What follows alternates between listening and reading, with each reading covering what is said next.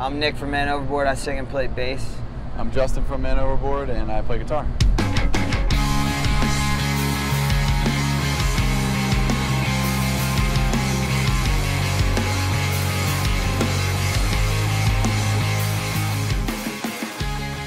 You guys tour and play music constantly. You have your good days and your bad days. What gets you through? Oh man, well I said this earlier, like at the end of the day we're all friends, man, so it makes it 1,000 times easier, you know what I mean? You're out with your friends. So people get in arguments and whatnot, but to get through it, man, it's actually the sets. For me, I mean, when we play live, that makes it all worth it, and seeing kids react to, you know, the songs and everything, it makes it worth it at the end of the day. It makes you realize, like, I have a pretty cool job. Especially on Warped Tour, you know, it's kind of like, I'm not gonna say an easy tour, but like there's catering, you don't have to worry about food. Most people have a bus, so you have somewhere to sleep, you know. So that makes things easier. When you're in a van, it's, you know, quite a bit different, but we usually just roll with it and, you know, make the best of our situation. To play music and tour constantly, you have to love music. Yeah. Where did your love for music begin? My love for music began when my father gave me a drum kit when I was a young kid. And I started playing like jazz and like swing music and stuff. We're all, actually everybody in Overboard's a drummer. So we're all drummer. That's our first instrument. So yeah, it started with drums for me. Yeah, my mom likes rock and roll, so she used to take me to concerts, so like Aerosmith and Boston and stuff when I was a little kid. So that's kind of where it started for me. And I got a guitar. So what did your parents do as an occupation growing up, and do you have any funny or unique stories from your childhood? Oh, well, yeah, actually, I mean, my parents owned a catering business. I come from like a 100% Italian family.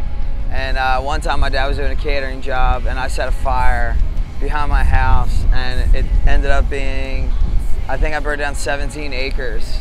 And he was doing a wedding actually at a fire hall, and the alarms went off.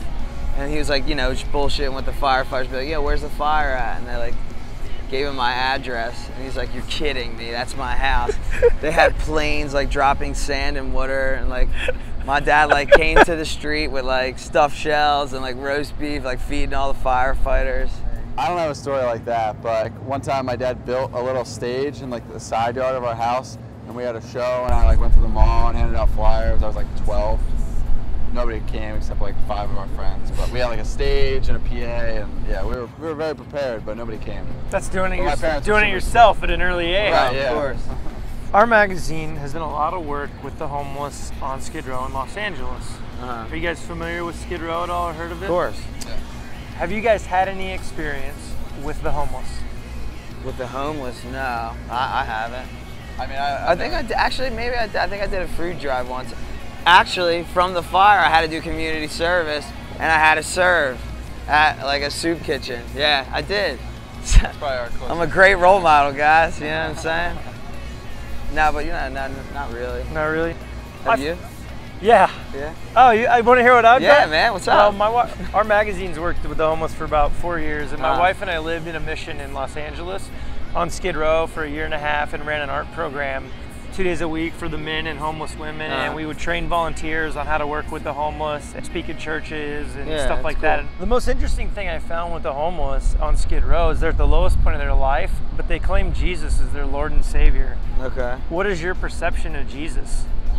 I went to Catholic school from kindergarten to 8th grade, and I kind of fell out, man. I'm kind of like just floating. And I'm not really a firm believer right now. I mean, I don't believe at all, but you know, different people like different shit. Yeah, you know? it's not that none of us, like, we're not that type of people that knock it. Yeah. You know what I mean? Like, a lot of people in my family are super religious, and it's like, it's not for me. Different people choose to believe in different things, you know. So whatever gets you through the day and makes you feel good, that's fine. I don't care if you believe in aliens. That's cool with me as long as you're a good person. You know, that's what it's all about. Yeah. You know, being good to yourself and being good to the people around you. What are 3 records that every kid needs to own? Oscar, Utter Will Kill, Melancholy, Pennybridge Pioneers. And I'd say Pennywise, Full Collapse. Is that what it's called? The Full Circle. Full Circle. I'm thinking of Thursday. I was gonna say probably any Bouncing Souls record. Yeah. Any 3 Bouncing Souls records in my book. What kind of gear are you guys stoked about playing right now? I got a grabber. I got a 1978 Gibson grabber from my father-in-law, and it rocks, dude. I use it on the new record, and I think it's the best, most badass bass tone. I just love it. And I think I look pretty cool playing. You look pretty good with it. Thanks, man. I got a 76 Les Paul Custom that I got right before Warped Tour last year, and that's my baby. That's your baby? Yeah. Well, thank you guys so much. Appreciate it. Thank you very much. Appreciate Thanks it. for having us.